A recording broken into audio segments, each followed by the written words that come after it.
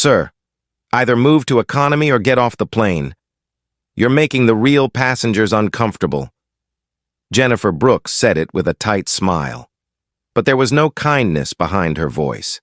She stood tall, arms crossed, staring down at James Carter in seat 1A like he was an intruder. A man in a gray t-shirt and jeans didn't fit her idea of a VIP. James met her eyes calmly, but around him, judgment crackled in the air. Passengers stared, phones came out, and when the cuffs clicked around his wrists, no one stood up, no one asked questions. But within 24 hours, that moment, those 12 words, would ignite a corporate wildfire. The airline would fall, and a billionaire in sneakers would rise to change the future of flight. Before we go any further, where are you watching from today? If this story hits close to home, don't forget to subscribe. There's more where this came from. And more importantly, have you ever faced something like this? Drop your story in the comments below. We'd love to hear from you. Jennifer didn't stop there.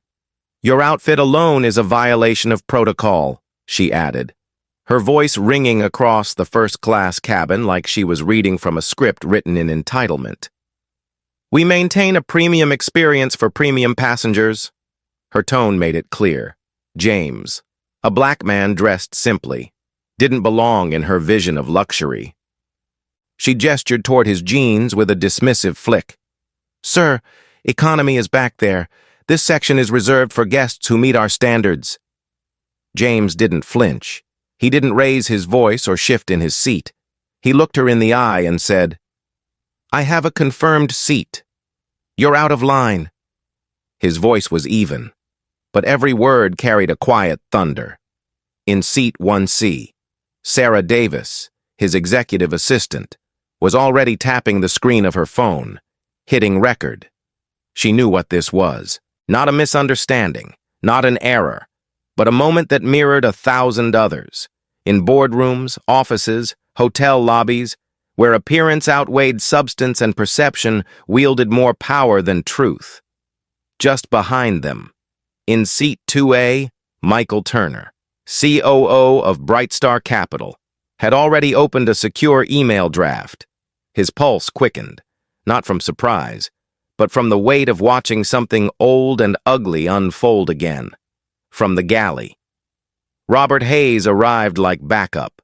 Broad shoulders, stiff jaw, voice inflated with self-importance. "You need to vacate that seat now, sir, or we'll have security escort you from the plane." He didn't ask for ID.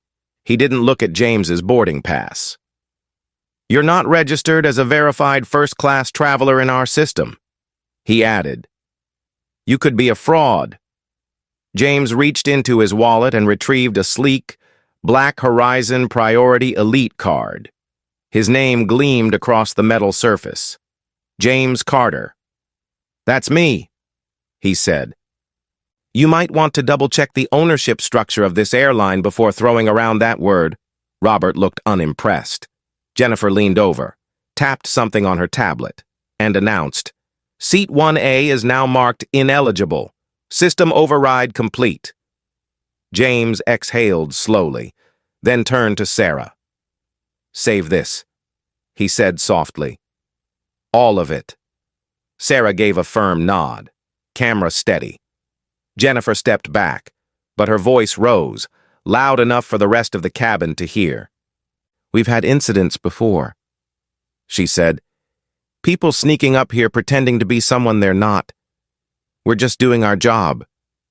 Around them, passengers exchanged glances, some intrigued, others amused. One man in 3A whispered, "This is gonna be good," lifting his phone for a better angle. James leaned back in his seat, hands on his lap, posture dignified. "You're not doing your job," he said clearly. "You're profiling a paying customer based on how I look." The air thickened. Then came the heavy footsteps of Officer Laura Thompson, entering with 2 JFK airport security agents. Jennifer didn't waste a breath. "That's him," she said, pointing with no hesitation. He's being disruptive. Disruptive how? The officer asked. He refuses to leave a seat he doesn't belong in, Jennifer replied. He's interfering with our boarding process. James turned to the officer. Seat 1A was assigned to me. I bought it, and I own 40% of Horizon Air. Do you have ID? Laura asked. Driver's license, and shareholder documentation is a phone call away. He's not dressed like a VIP, Jennifer interjected. He doesn't fit the profile. Those last words, said with a calm cruelty, silenced everything. Sarah's eyes flashed. Michael finished his email and hit send. Officer Thompson hesitated. The passengers weren't laughing anymore. Still, orders were orders. She motioned for the cuffs. James stood slowly. His hands were steady. His voice didn't waver. This will be the last time anyone ever does this to me. The cuffs clicked, sharp and final. Sarah captured every moment. The way the other flight attendants averted their eyes, the flash of Jennifer's satisfaction, the silence of passengers who knew this felt wrong but said nothing. As James was led down the aisle, he turned back one final time and spoke not to Jennifer, not to Robert, but to the cabin. Don't forget what you saw here. Don't pretend this didn't happen. Then he disappeared behind the curtain, in the stillness that followed. Sarah uploaded the video to the secure Brightstar server. Michael was already on the phone with legal, and in a quiet corner of the terminal. James sat with his back to the glass, the cuffs now removed, his wrists red but his mind burning. He scrolled through memories that felt like bruises. 1995, Wall Street, in a conference room where men in suits laughed at his second-hand blazer and called him eager, like it was an insult. That humiliation had forged Brightstar Capital. He remembered their smirks, their eyes, their words. And now here he was again, 30 years later, in a billion-dollar suit of his own making, but stripped of it, in the eyes of the people on that plane, by a t-shirt and skin. Sarah sat beside him. We've got everything, she said. Her voice, his override, the whole thing. James nodded. Good, he said quietly. Let's begin. He opened his phone and typed a single sentence to Horizon's CEO. Review Brooks. 7 strikes are enough. Rebecca Foster replied less than 2 minutes later. Reviewing now. The first crack had formed. The cabin of Horizon Air Flight HA-456 trembled, not from turbulence, but from the tension brewing inside. James Carter had just been removed in handcuffs, but his presence still pulsed through every inch of the first-class cabin. Seat 1A sat empty, but eyes kept darting to it. The silence left behind wasn't peace. It was a vacuum of moral failure. Jennifer Brooks adjusted her blouse, feigning composure as she returned to the galley. Robert Hayes leaned against the bulkhead, arms crossed, his smugness starting to curdle into worry. Passengers were getting uncomfortable, Jennifer whispered. I did what needed to be done. But Kevin Brown, a junior flight attendant, had been watching everything. You didn't just remove a man, he said under his breath. You humiliated someone who belonged there. Jennifer turned on him with a snap. Watch your tone. I'll report insubordination if I have to. Kevin said nothing, but his hands trembled as he quietly opened his work tablet and began writing a confidential memo, forwarded straight to HR and time-stamped for later. Meanwhile, in the terminal, James sat beside Sarah and reviewed the video. The clarity was shocking, Jennifer's voice ringing out. He doesn't belong in first class, Robert's sneering comment. He's not a real VIP. David Miller, the captain himself, heard in the background chuckling. T-shirt and sneakers. Must have wandered up here by accident. James's jaw tightened as Sarah clipped the footage, uploaded it to the Brightstar cloud, and began drafting the email to legal counsel. But back on board, The drama wasn't over. As boarding continued, Jennifer stood by seat 1A, ensuring it remained empty. When one passenger asked if the flight would be delayed, she responded, "No, the issue's been handled. Some people think they can buy a ticket and skip into our highest tier. Not on my watch." The woman nodded, but the man beside her, a tech consultant from San Francisco, frowned. "That man looked familiar," he murmured. "He's not just anyone." Jennifer ignored him, but her nerves twitched. Robert, now leaning over a crew console, muttered to her, "We need to lock this down. No more talk. Delete anything on the system." Jennifer's eyes scanned the cabin. "Too many phones," she said. "Too late."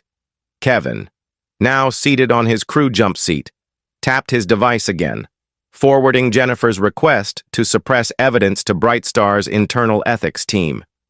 At that moment, Michael Turner, still seated in 2A, received it. His pulse kicked. Within seconds, he forwarded the memo and screenshots of Sarah's video upload to the board of Horizon Air. One line included, "Attempted cover-up in progress.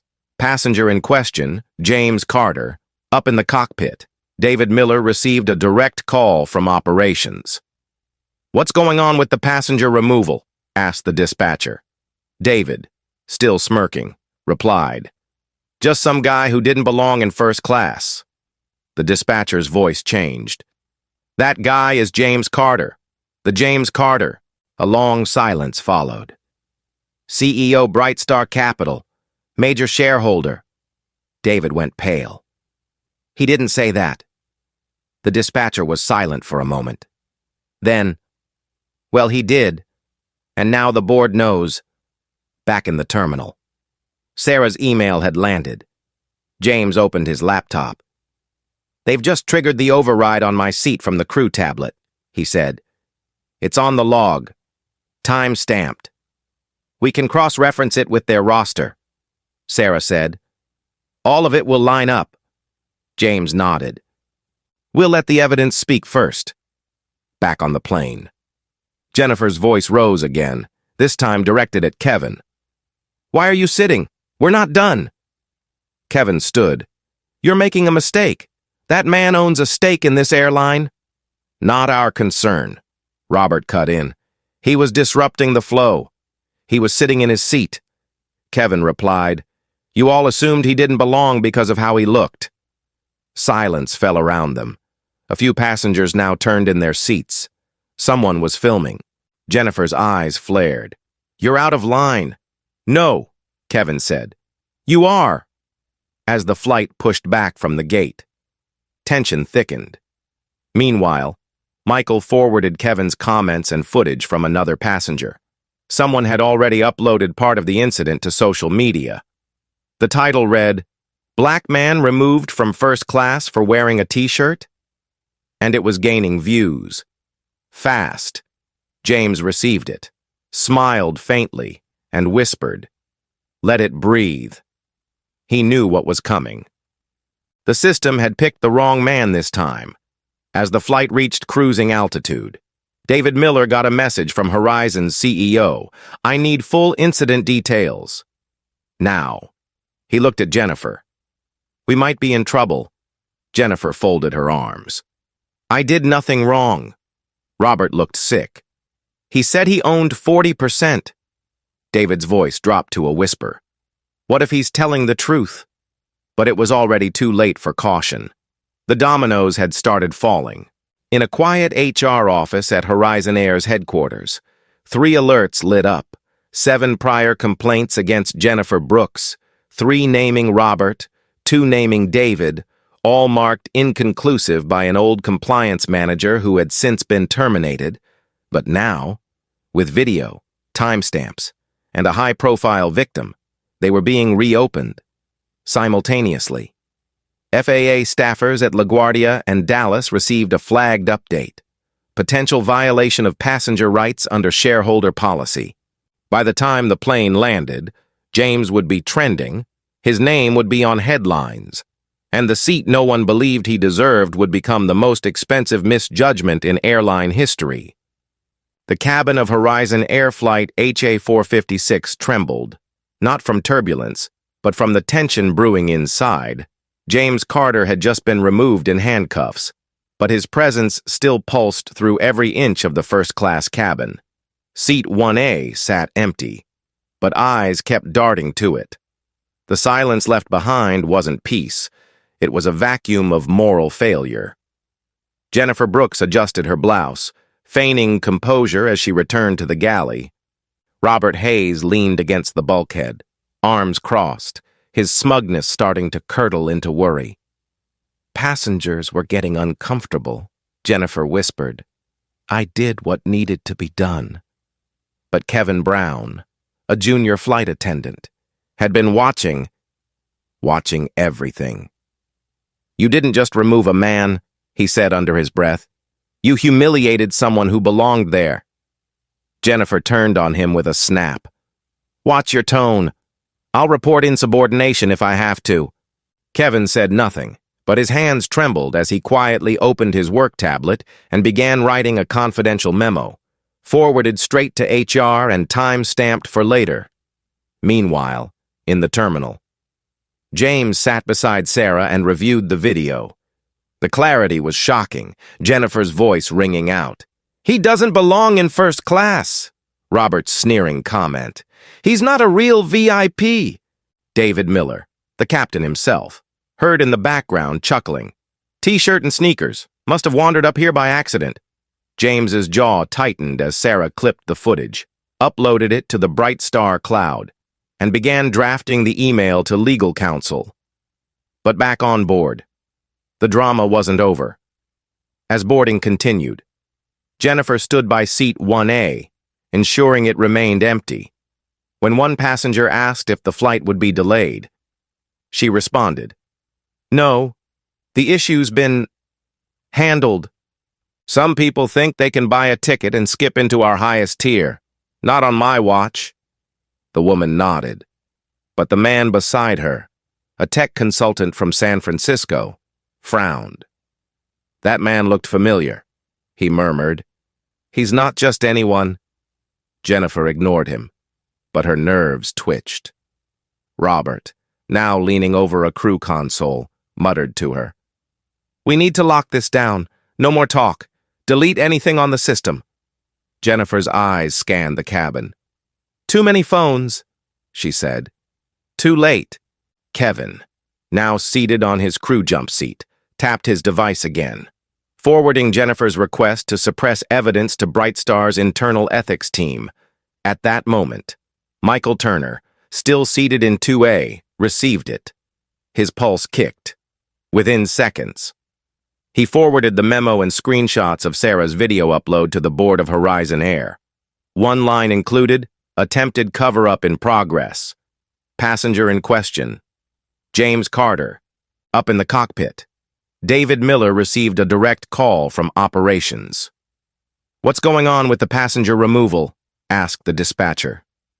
David, still smirking, replied, Just some guy who didn't belong in first class. The dispatcher's voice changed. That guy is James Carter. The James Carter. A long silence followed. CEO, Bright Star Capital.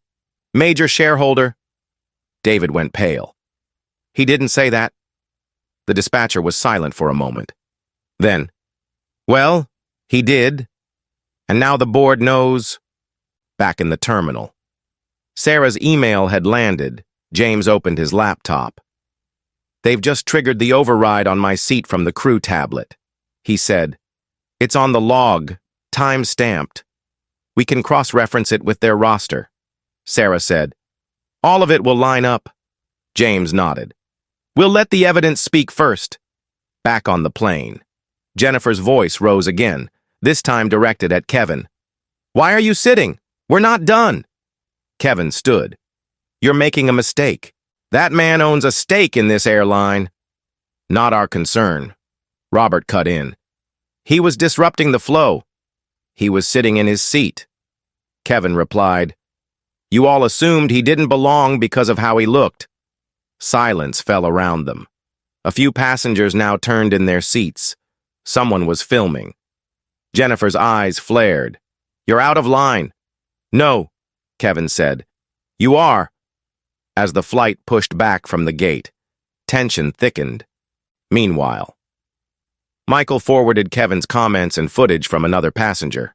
Someone had already uploaded part of the incident to social media. The title read, "Black man removed from first class for wearing a t-shirt," and it was gaining views. Fast. James received it, smiled faintly, and whispered, "Let it breathe." He knew what was coming. The system had picked the wrong man this time, as the flight reached cruising altitude. David Miller got a message from Horizon's CEO. "I need full incident details. Now." He looked at Jennifer. "We might be in trouble." Jennifer folded her arms. "I did nothing wrong." Robert looked sick. "He said he owned 40%. David's voice dropped to a whisper.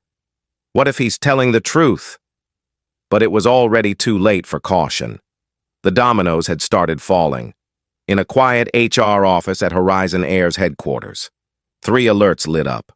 7 prior complaints against Jennifer Brooks, 3 naming Robert, 2 naming David, all marked inconclusive by an old compliance manager who had since been terminated.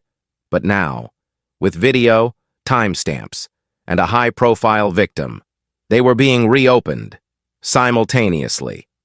FAA staffers at LaGuardia and Dallas received a flagged update, potential violation of passenger rights under shareholder policy. By the time the plane landed, James would be trending. His name would be on headlines, and the seat no one believed he deserved would become the most expensive misjudgment in airline history. Officer Laura Thompson's voice crackled through the airport radio. "Passenger Carter detained.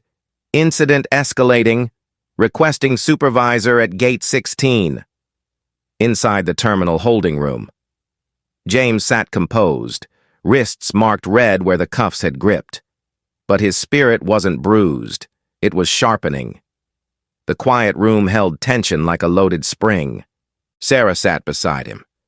Uploading the second clip, Robert Hayes tossing James's shareholder card aside like trash. Jennifer muttering, "He's not one of us," and Captain David Miller chuckling over the intercom. "Can't buy class with sneakers." All of it was time-stamped, backed up, and already sent to Bright Star's legal team. Outside, the cabin door remained sealed, but the tension inside was suffocating. Kevin Brown, still seated in his jump seat, stared down the aisle in disbelief. Robert had just instructed Jennifer to delete any internal logs related to the override. "We'll say it was a system error," he whispered. "He won't be back anyway." But he was wrong, because James wasn't going away quietly.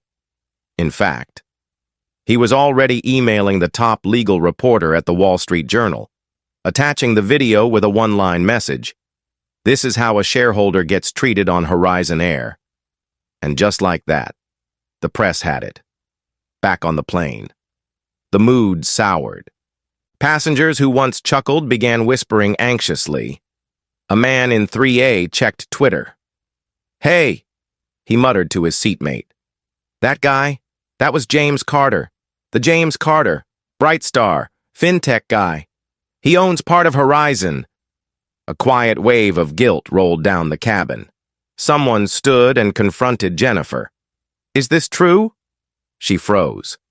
"We're not authorized to discuss personnel or shareholder matters in flight," she said stiffly. "Now please return to your seat." But it was too late. Kevin tapped into the crew messaging portal and sent a full report, complete with quotes, "Passenger was removed for appearance," and "Captain supported false justification." He CC'd HR and the Ethics Committee, marking it urgent, discrimination protocol breach. At that same moment, Sarah received a text from Michael. "I pulled the audit logs. They've been overriding seat assignments based on appearance risk tags for over a year." James looked up slowly. "That's the algorithm they use to profile passengers?" Sarah nodded grimly.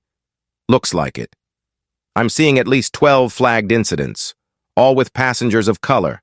Same pattern, same override command, Jennifer at the center of it every time. James exhaled through his nose. Then we go wide. He opened his encrypted press line and attached the memo, including internal emails, override logs, and the voice recording of Jennifer saying, "He doesn't belong in this cabin." Within 5 minutes, ABC News had it. Within 10, it hit national trending. Horizon Air was in freefall, and the plane hadn't even left the ground. Up front, David Miller was reading the message from Rebecca Foster, Horizon's CEO. "If this incident is real, we're looking at full-scale crisis. Find out what's happening. Now." But David didn't have answers. He only had exposure. He turned to Robert. "We need to reach legal. That video's spreading." Robert, sweaty and pale, whispered, "Maybe we can issue a joint statement. Say he misrepresented himself?" "We're past that," Kevin said coldly, stepping into the aisle. "He told you who he was. You ignored him. You mocked him. You restrained him. And you did it all while cameras were rolling." Jennifer spun around. "He didn't look like a shareholder. That's not our fault." "Yes," Kevin said, voice tight with fury. "It is." Meanwhile, back at Bright Star HQ, Michael tapped into the financial back end. What he found made his blood run cold. Horizon Air had over $900 million in undisclosed debt, hidden beneath maintenance deferrals, falsified reporting on fuel costs, and a bogus surplus projection. "They're cooked," he whispered. "This goes way beyond PR." He forwarded the findings to James, who stared at the screen in silence for a moment before replying. "Prepare a report for the FAA," Sarah added. "We should copy in the Department of Transportation. This isn't just discrimination, it's fraud." James nodded. "Send everything. Time to bring sunlight." And just like that, the leverage flipped. Horizon had gone from arrogant to cornered, from powerful to exposed. As the plane finally taxied for takeoff, the news broke on CNN. Major Horizon Air shareholder removed from first class for appearance. The headline exploded across social media. Rebecca Foster received a dozen urgent calls in 5 minutes. Shareholders started demanding a board meeting. The stock dropped 14% before wheels even left the ground. By the time the flight reached cruising altitude, the scandal had a name. The 1A incident. In the cabin, passengers now whispered James's name like a confession. The woman who had filmed the removal now uploaded it with the caption, "He didn't raise his voice. He didn't resist. They just couldn't believe someone like him belonged in first class." The video gained 1.2 million views in an hour. James, still seated in the quiet terminal, took a deep breath as the notification pinged. FAA has initiated a preliminary investigation into discriminatory enforcement of boarding procedures on Horizon Air Flight HA456. He turned to Sarah. "That's the first domino. Now we push." She nodded, eyes hard. "We've got the internal override policy, 7 HR complaints, racial profiling tags, deleted seat logs, and now financial fraud. What's next?" James looked straight ahead. "We forced the board to pick, keep the rot, or burn it down and start again." The choice would come sooner than anyone expected. At Horizon Air's corporate headquarters in Dallas, the tension could be felt in the temperature of the boardroom glass.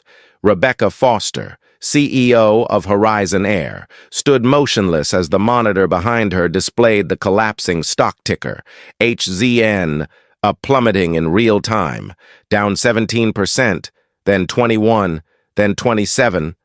Her palms were sweating, but she didn't wipe them.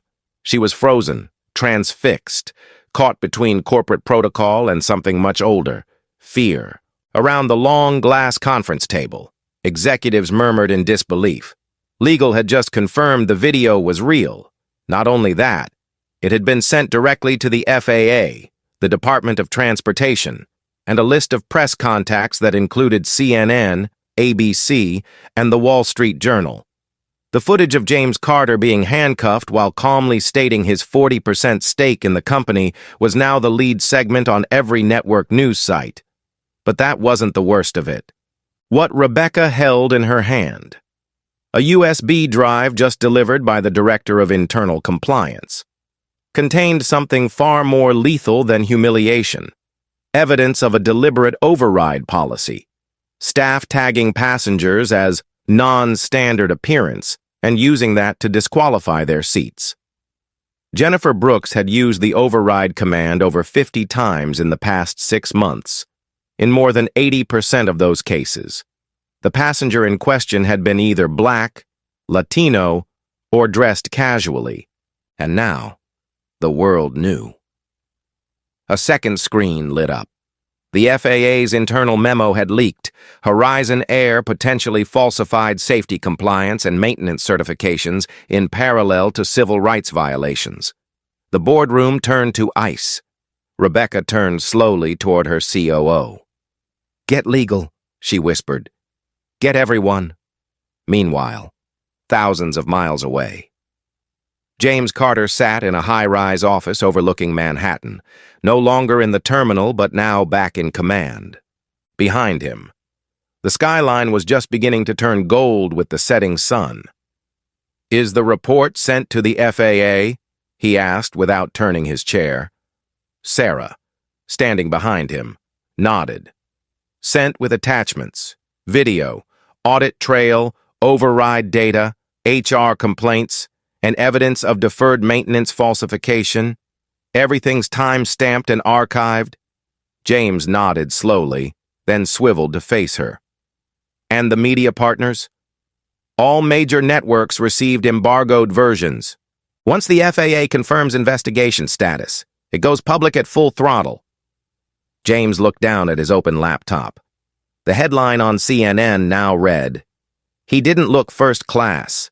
Billionaire investor removed from his own airline's cabin. Horizon Air faces collapse." His eyes moved to the subheading. "Carter expected to pull entire stake." Sarah was watching him closely. "Do you want to confirm it?" James's finger hovered over the send button of an email addressed to Rebecca Foster and the Horizon board. The subject line, "Notice of immediate capital withdrawal, 40% equity redemption." "She'll panic," Sarah said quietly. "Their credit lines are collateralized against your equity." James clicked. "Good," he replied. "Let the system that let this happen feel what it means to lose protection."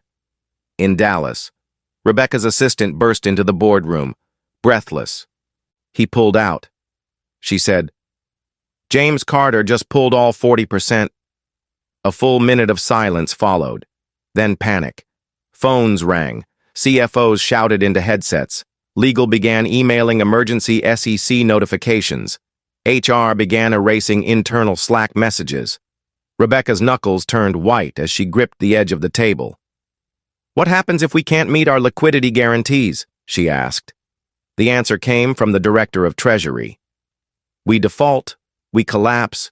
The reserves aren't real. We were floating on his capital buffer." Her voice cracked as she asked, "How long do we have?" "Maybe a day, maybe less." In her private inbox, Rebecca now saw the incoming message from ABC News. "Would you like to comment on the newly revealed override policy and employee complaints?" Beneath that, "FAA confirms preliminary audit. You are named." And beneath that, a message from James himself, simply reading, "You could have stopped her. You chose not to." The room spun. Rebecca lowered herself into the leather chair and whispered, "He's going to destroy us." But by now, destruction was already underway.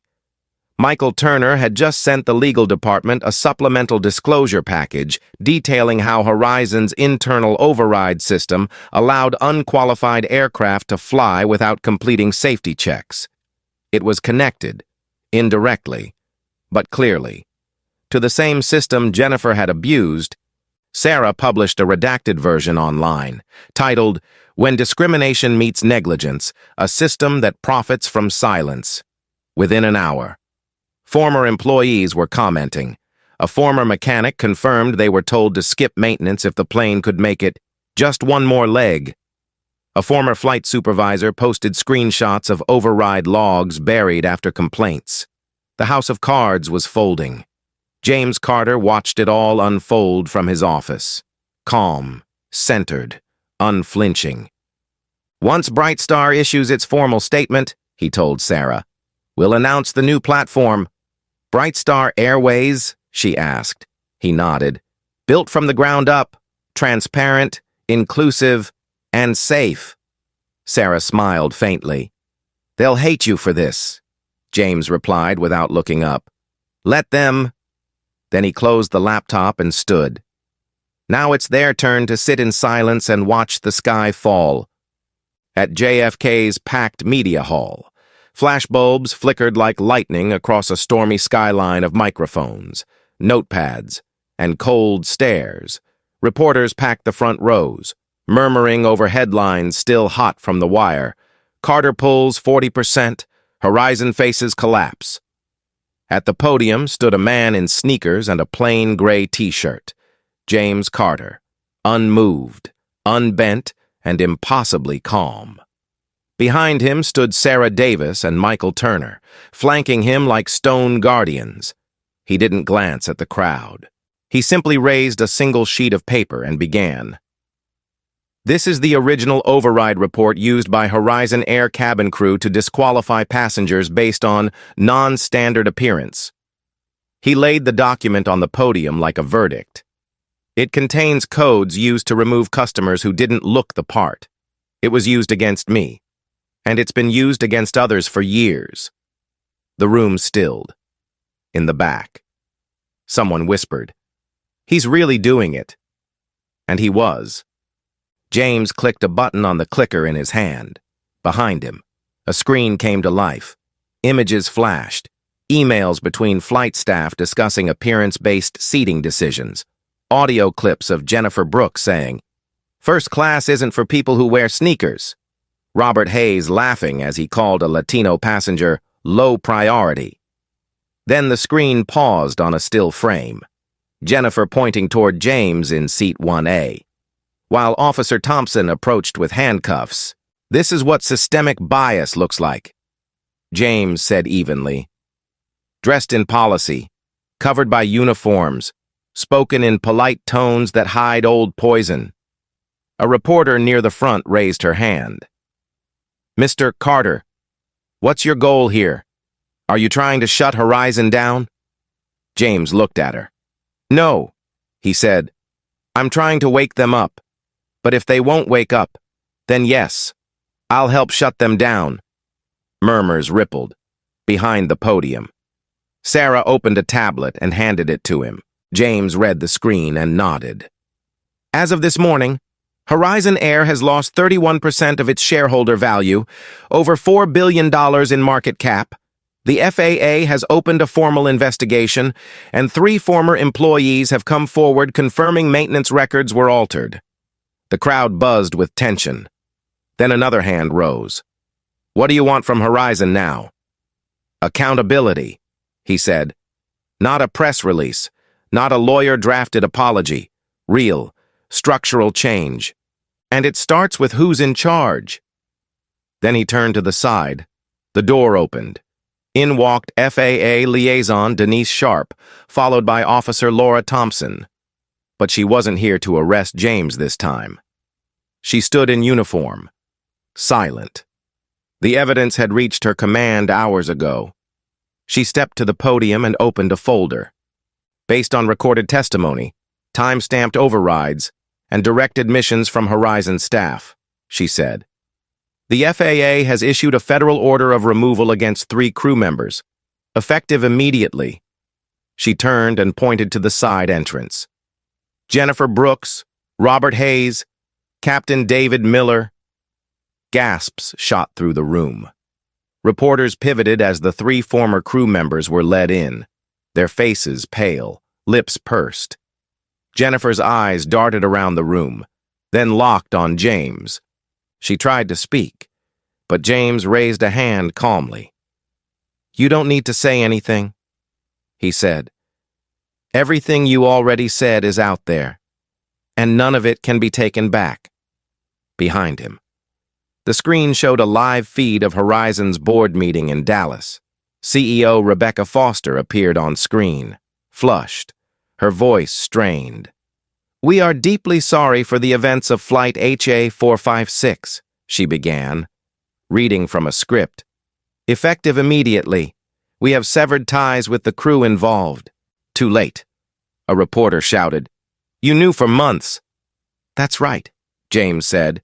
"They knew, and they did nothing, until the public forced them to." The press surged forward. "Mr. Carter, what happens now?"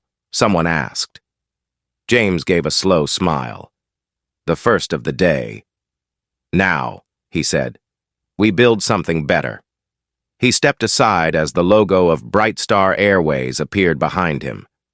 A new carrier, a new code, a new commitment, one that doesn't judge you by what you wear, how you look, or who you are. The room burst into sound, questions, flashes, excitement. But James was already stepping down. He didn't need to say more. Jennifer, Robert, and David were escorted quietly through a side door, their careers, once protected by silence and seniority, now dissolved into the noise of headlines and history, and above them, somewhere over the eastern seaboard, Horizon Air Flight 812 sat grounded due to internal confusion. No crew, no response, no plan. James Carter walked through the lobby of JFK that morning not as a man who'd been dragged off a flight, but as one who had just lifted a nation's eyes to the sky and said, "We can do better." And this time, people were ready to listen. In the hours following the public firings, as the dust of scandal settled into headlines and policy memos, James Carter stood on the tarmac outside a Brightstar hangar in Newark, where the first aircraft bearing the Brightstar Airways logo was being prepared for FAA certification. The paint was still fresh, the turbine blades still wrapped in protective foam, but the mission was clear. "Not just another airline," he told the small press circle beside him. "This is a message to every gate agent, every boardroom, every executive who ever let appearance outweigh identity. Your time is up." Behind him, Sarah Davis scrolled through messages pouring in from across the country. Hundreds of former passengers, many with eerily similar stories, now spoke publicly for the first time. One had been told her afro violated headrest standards. Another had been denied entry to a VIP lounge while wearing cultural attire. The patterns, once ignored, now glowed in bold relief. "They all thought they were alone," Sarah whispered. "Now they know they weren't." At Horizon Air, the unraveling continued. The FAA's emergency audit had uncovered more than bias. It had found systemic negligence buried beneath doctored maintenance logs, deferred inspections, and faked compliance records. A former lead mechanic stepped forward, revealing that cost-saving directives had encouraged crews to bypass checks if a plane felt okay. That single phrase, "felt okay," would appear in 3 different safety reports. The revelation triggered a cascade of consequences. Horizon's top insurer pulled its coverage, 5 more board members resigned, and the airline, once bloated with false confidence, now faced grounding not from protest, but from regulatory force. James watched the news unfold from the hangar conference room. "They didn't just disrespect people," he said to Michael Turner. "They gambled with lives." Michael nodded. "And now they pay." Within 48 hours, the FAA announced a temporary suspension of Horizon's fleet pending investigation. Competitor airlines began absorbing stranded passengers. But it was Brightstar that captured the imagination. James's statement, "We rise not by who we exclude, but by who we welcome," was now trending in 10 languages. Civil rights groups publicly endorsed his efforts, pilots sent resumes, Mechanics volunteered. Kevin Brown, the flight attendant who had stood up mid-flight, was now Bright Star's first director of crew integrity. And inside the Bright Star Training Center, a plaque had already been mounted. Seat 1A belongs to everyone who's ever been told they didn't. Still, James remained grounded, not in defeat, but in resolve. Reform isn't just about policy, he said in a live interview. It's about culture. You can't retrain what people are afraid to admit they believe. He announced a new partnership with HBCUs to train a new generation of aviation professionals, pilots, executives, engineers, who looked like the passengers often ignored. Meanwhile, Bright Star implemented transparency dashboards, allowing passengers to rate not just service, but fairness, internally. Every override action required a verbal justification, recorded and reviewed. If you wouldn't say it into a microphone, James said, you shouldn't be saying it at all. Back at Horizon's crumbling HQ, Rebecca Foster tried to delay the inevitable, but the FAA had spoken. Lawsuits followed, shareholders revolted, and across terminals nationwide, airport displays began flashing a single message in yellow: all Horizon flights canceled. The empire had fallen, but the skies had never looked more open. In the weeks that followed Horizon Air's collapse, the industry staggered through a reckoning it could no longer defer. Headlines no longer asked if discrimination was embedded in air travel. They asked how deep. Congressional hearings convened. Airlines issued rushed statements and updated training protocols. But the public had already moved their loyalty, not just in principle, but in purchase. Bright Star Airways, barely 2 weeks old, had tripled its pre-launch forecasts. It wasn't just a brand. It was a symbol. At its center stood James Carter, no longer just a CEO or investor, but a living challenge to a system that had once cuffed him for daring to sit in the seat he bought. And now, as he stepped into a small auditorium at Howard University to speak before a group of black aviation students, he did so in the same gray t-shirt he had worn that night, unstained, unbent, a quiet reminder. They thought the seat defined the man, he told the students. But what they forgot is that the man defines the system. His words weren't dramatic. They didn't need to be. In the front row, a young woman wiped tears from her eyes. Behind her, an older man nodded slowly, gripping a folded newspaper with the headline, "Horizon Gone. Hope Rises."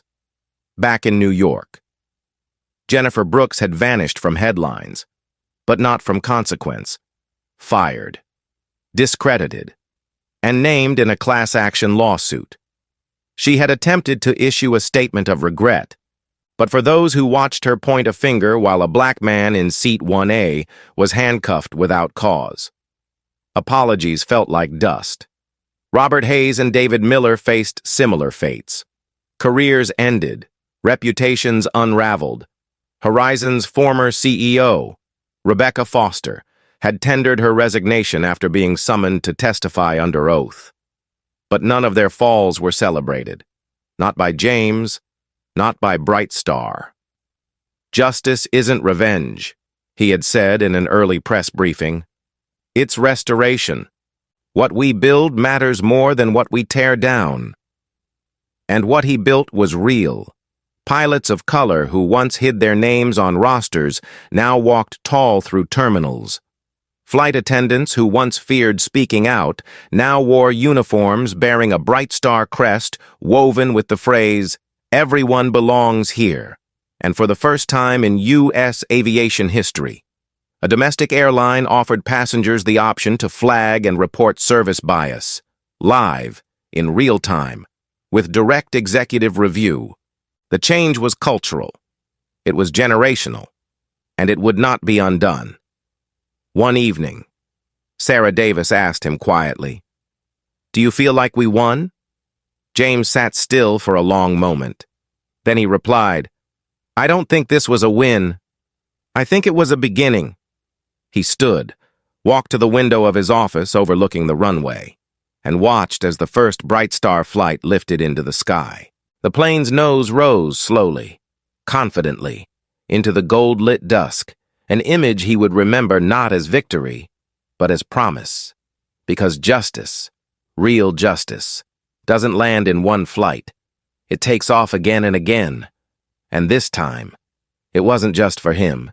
It was for everyone who had ever been told they didn't look the part. Everyone who'd been stared at, talked down to, waved aside, or walked past. This legacy wasn't about building an airline. It was about building room, where before there had only been walls. Have you ever been judged by what you wore, how you looked, or where they thought you didn't belong? If this story moved you, don't stay silent. Share your story in the comments and let your voice be part of the change.